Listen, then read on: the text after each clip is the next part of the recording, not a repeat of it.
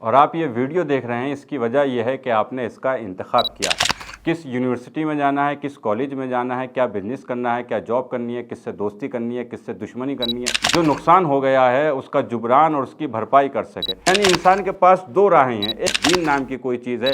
بسم اللہ الرحمن الرحیم۔ ناظرین، نجا میڈیا کی جانب سے صحیح عقیدہ سیریز کی آپ پہلی قسط دیکھ رہے ہیں، اور آپ یہ ویڈیو دیکھ رہے ہیں، اس کی وجہ یہ ہے کہ آپ نے اس کا انتخاب کیا ہے۔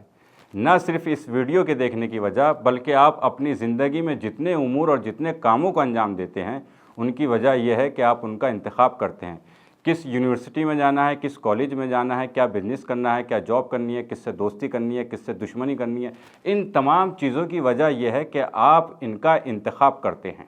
یہی وجہ ہے کہ انسانی زندگی میں انتخاب ایک بڑی اہمیت رکھتا ہے۔ جو جیسا انتخاب کرتا ہے اس کی زندگی ویسی ہی ہوتی چلی جاتی ہے، یعنی ایک اچھی زندگی مرہون منت ہے ایک اچھے انتخاب کے۔ جب تک انتخاب اچھا نہیں ہوگا تب تک زندگی اچھی نہیں ہوگی، اور اگر کوئی انسان اپنی زندگی میں برے انتخابات کرتا ہے تو یقیناً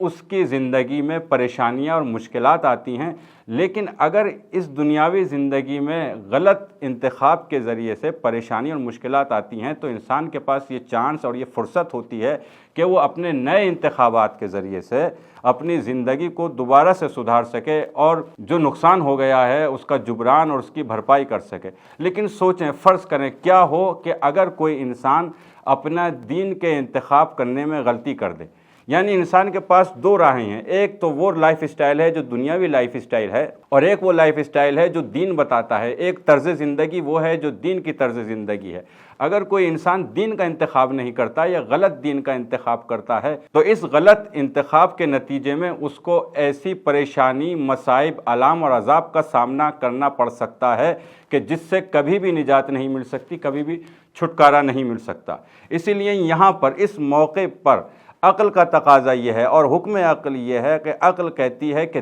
دین کا انتخاب کیا جائے اور دین کے مطابق زندگی گزاری جائے، اور دین بھی ایسا جو دین حق ہو اور سچائی اور سچ کا دین ہو۔ اس لیے کہ اس کائنات میں، اس دنیا میں بہت سارے، ایک نہیں بلکہ ہزاروں لوگ آئے، اور آنے کے بعد انہوں نے کہا کہ اس دنیا کے بعد بھی ایک دنیا ہے، دین نام کی کوئی چیز ہے، خدا نام کی کوئی چیز ہے۔ اگر دین کو نہ مانا، خدا کو نہ مانا اور دین کے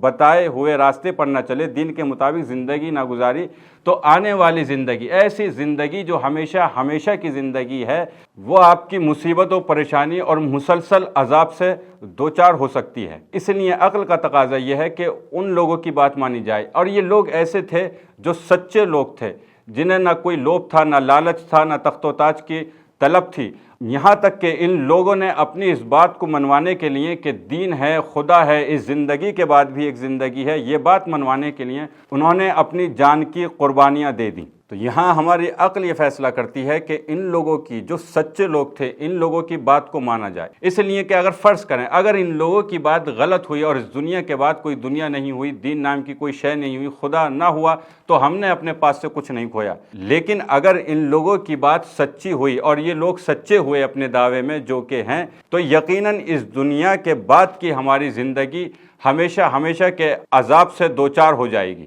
مثال کے طور پر اگر آپ اپنے گھر بیٹھے ہیں اور کوئی شخص آپ سے آ کر کہے کہ باہر نہیں نکلیے گا، باہر فائرنگ ہو رہی ہے، گولیاں چل رہی ہیں، تو ایسی صورت میں آپ کی عقل کا تقاضا یہ ہے کہ آپ اپنے گھر سے باہر نہ نکلیں، اس لیے کہ بالفرض اگر گولی نہیں بھی چل رہی تو آپ نے اپنی طرف سے کچھ نہیں کھویا، آپ کا کوئی نقصان نہیں ہوا، آپ اپنے گھر میں بیٹھے رہے جیسے آپ بیٹھے تھے۔ لیکن اگر آپ نے اس کو جھٹلاتے ہوئے